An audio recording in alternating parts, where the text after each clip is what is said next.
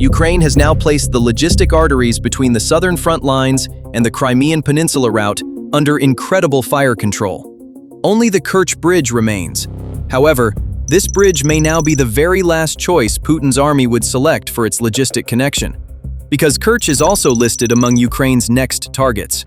In other words, for the first time since the beginning of the war, Kiev has come this close to the plan of turning Crimea into an isolated island. A very different scenario may await us behind the scenes of this strategy: the ground assault on the Crimean Peninsula.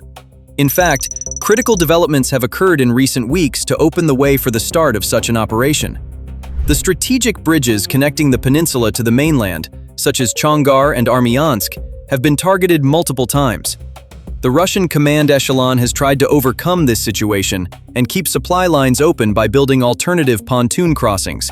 However, Kiev's relentless intelligence network and strike power have not allowed even these makeshift bridges to remain standing. Russian military convoys attempting to pass through these routes have been rendered combat ineffective before reaching the southern front. Moreover, these operations have been carried out with low-cost but extremely high-precision autonomous drone systems such as FP2. The Russian army's logistic plans in the occupied areas have been rendered literally helpless in the face of Ukraine's asymmetric and cost-effective strike systems. Even the highways used by the Russian army extending from the Rostov direction to Mariupol are currently under heavy pressure. Feeling this pressure in the south, the Russian army has decided to withdraw some of its units even from the Kinburn Spit. The corridor extending from the south to Crimea has turned into an increasingly unsafe area for Putin's forces. Thus, the picture ahead is becoming increasingly clear. Putin's unsinkable ship in the Black Sea has now begun to take on water. Kiev may deliver the final blow with a ground assault toward Crimea. This plan, which seemed impossible in the first years of the war, has now become the clear focus of Ukraine's highest-level military and political officials. Important names, such as Ukrainian Defense Minister Mikhailo Fedorov and Unmanned Systems Forces Commander Robert Magyar Brovdy, are giving very strong signals on this issue. For example, Mikhailo Fedorov has stated in very clear language that Crimea is being isolated step by step with unmanned aerial vehicles. According to Fedorov's field-reflecting clear statements, Ukraine has reached the stage of completely cutting Crimea off from the outside world in the near future. The Ukrainian minister emphasizes with insistence that this situation will produce very unexpected and devastating results for the Russian army in the operational field. These statements are signs that strengthen the possibility of a ground assault on Crimea. On the other hand, Ukraine Unmanned Systems Forces Commander Robert Magyar Brovdy, as one of the main actors of this strategy in the field, confirms the process. Mr. Brovdy states that after the attacks on the Russian army's logistic and energy centers, the untouchable areas for the Kremlin are rapidly running out. In light of the data presented by these two critical figures, the preparation phases for a ground operation toward Crimea are gaining incredible clarity. Now, the most curious question is, how can Ukraine really do this? Although a ground assault on Crimea no longer seems impossible, it will still be a very difficult and phased process. For this reason, Kiev can seize the chance to launch a ground assault on the peninsula through military preparations from different routes. The most likely scenario is that the main axis of the assault expands from the Zaporizhia front through the Melitopol and Tokmak line southward toward the Azov Sea coast. This massive assault route is the area where the Russian army has conducted the heaviest mining and is known as the Surovikin Line. Breaking this line with armored Ukrainian units has the potential to permanently and decisively split the vital land bridge between Russia's southern front and Crimea. Splitting the land bridge could be included in the plan to completely cut off the Russian army's southern forces from each other. Signs are increasing that the next phase will be a full military push directly against the Perekop Isthmus and the Armyansk Line. Because this is the narrowest, most critical, and both easiest to defend and deadliest when encircled land piece connecting Crimea to the mainland. Although the geographical structure of the Perekop Isthmus provides a tactical advantage to the defender, a military unit weakened from the air and constantly exposed to artillery fire is helpless in this narrow choke point. However, the Kiev administration does not have only a single-dimensional attack plan through this narrow land corridor to reach Crimea. In particular, the Sivash swamps are an area that Russian generals have viewed as a natural barrier and largely ignored. Yet it holds potential as a critical weak point for a surprise rear-flanking route for Ukraine's special amphibious forces and air assault elements. An operation from here would have the capacity to greatly reduce the defense possibilities the Kremlin's military echelon could take in Crimea. What about the seas? If the Ukrainian army is considering a ground operation toward Crimea, it must definitely take the Russian naval force in the Black Sea into account, because the Kremlin's chance to respond from the sea to such a move should not be forgotten. However, these balances have changed over time. Ukraine's naval unmanned aerial vehicles have already largely prevented the free passage of Russian warships and supply ferries around the peninsula. Especially autonomous naval systems such as Magura and Sea Baby have turned into relentless hunters that constantly threaten not only Russia's ships, but also its port infrastructure. In addition, deep strikes carried out with long-range missiles provided by allies are deeply affecting radar and command centers in the inner parts of the peninsula. Thus, this pressure power gives Ukraine the possibility of breaking Russia's chance to defend Crimea from the sea. There is probably no need for much talk about how the peninsula's air defense can be neutralized, because Kiev has proven many times with drone swarm tactics that it can do this against Crimea. This asymmetric strategic pincer, combining air, land, and sea elements, is advancing to overturn the Russian army's cumbersome defense plans. Russian forces, struggling with a 360-degree threat perception that can come from anywhere at any moment rather than from a single front, feel psychologically trapped inside the peninsula. In other words, the Kremlin's power to keep Crimea under occupation is eroding and disappearing day by day. This opens much more space for Ukraine for a possible ground assault move. In fact, globally respected strategists such as former U.S. Army Europe Commander General Ben Hodges are also sharing very critical information on this issue. Ben Hodges states that Ukraine's only way to liberate Crimea is to isolate the peninsula and make it operationally unlivable for the Russians. This unlivable strategy that Mr. Hodges puts forward is not only about running out of ammunition and supplies. The general also talks about a huge Russian garrison psychologically raising the white flag of surrender due to the feeling of being trapped in its own territory. According to Hodges' competent military doctrine, Ukraine's first and most critical move is to cut the Dzhankoi route and permanently erase the Kerch Bridge from the map. Dzhankoi is the single central station where Crimea's main nervous system and all railway networks converge. Therefore, capturing or permanently placing this location under fire could initiate the simultaneous collapse process of both the eastern and western fronts of the peninsula. According to the general, the second phase is to turn Crimea into a huge trap and choke enemy elements inside with high-precision weapons. In this choking operation, heavy munitions such as ATACMS and Storm Shadow are mentioned as piercing the Russians' most protected underground ammunition depots and fuel shelters with millimeter precision.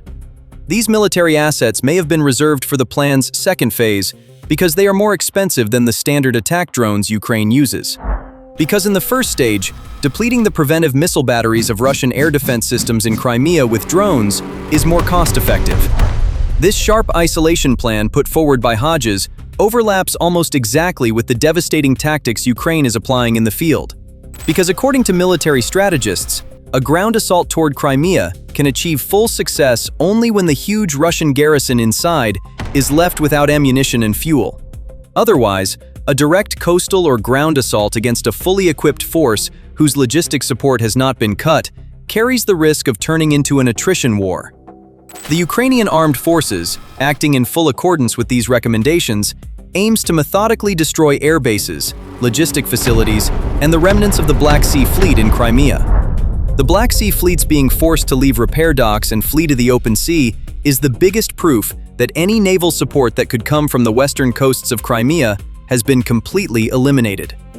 In other words, Kiev is doing everything it can to close all the routes through which Russia could rush aid to the peninsula.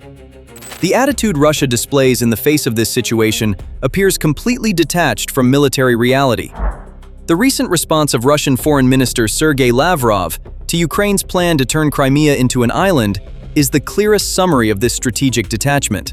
Lavrov, claiming he does not understand how Ukraine will implement this plan, tried to belittle the situation in a mocking tone. A foreign minister of a country ignoring the destruction of billions of dollars worth of military infrastructure right before his eyes reveals in full nakedness the deep lack of communication between the command echelon of the army fighting at the front and the political authority. While Russian bridges are burning in the field, ammunition depots are exploding, and fuel stocks are running out, the Kremlin's highest-level diplomat claims not to understand what is happening. In fact, Russia cannot produce any tactical or strategic solution to prevent this massive approaching ground assault on Crimea. Because Crimea's huge defense plan had been built on a completely wrong and arrogant geopolitical assumption that the front line would never retreat to the peninsula borders. Now the situation is completely different. For this reason, the Moscow administration, which cannot protect logistic lines and cannot secure the skies, finds refuge behind abstract propaganda rhetoric. However, the tales of invincibility told on Russian state television can no longer hide the kilometer-long queues at civilian gas stations and the shortages of basic food on market shelves. Instead of taking real measures and developing new supply doctrines, the Russian command echelon is only trying to buy time with a policy of denial. Yet the merciless mathematical realities of war have already broken through the fake walls of propaganda.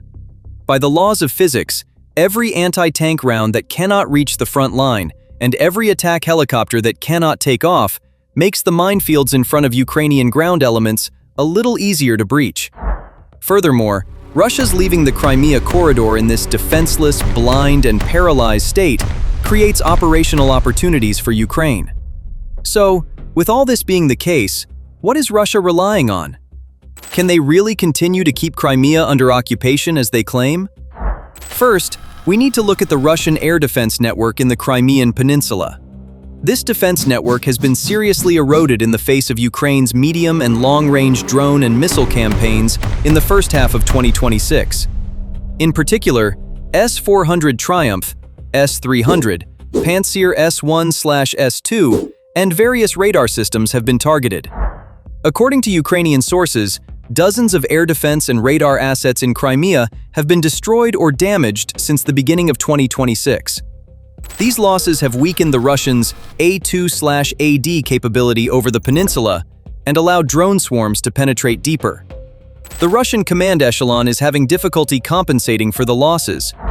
Although some radar and missile batteries are being repaired with spare parts or by shifting from other regions, Ukraine's intelligence and strike tempo does not allow it. In particular, strikes carried out with medium-range drones are neutralizing high-cost systems at low cost. Therefore, Russian air defense cannot fully protect airfields such as Saki, Dzhankoi, and Vardiska, ports, and logistic points inside Crimea. When we look at the military units inside the peninsula, the resources appear insufficient for Ukraine's possible ground assault move. Russian forces stationed in Crimea are predominantly defense and logistics-oriented. It is estimated that there are between 40,000 and 60,000 fixed garrison and rotational troops. Among them are ground forces elements, remnants of the Black Sea Fleet, air defense units, coastal defense brigades, and Rosgvardia elements. Structures such as the 32nd Army Corps and the 126th Coastal Defense Brigade play a key role in the defense to keep the peninsula under occupation. However, this military structure is under serious pressure. Russian military units in Crimea live with the possibility of coming under attack at any moment. On the land side, fortifications are beginning to intensify. Along the Perekop Isthmus, Sivash region, and coastal strip, there are trenches, minefields, anti-tank obstacles, and coastal artillery positions. However, this defense line remains static without logistic support. Ukrainian drones continuously disrupt supply convoys on the R280 highway and railway lines. Defense measures taken on the Crimean coast are also quite desperate.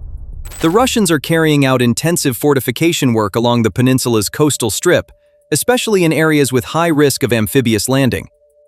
As stated by naval spokesperson Dmytro Pletenchuk, the Russian command sees the Ukrainian amphibious operation as a real threat and is strengthening the most vulnerable coastal areas.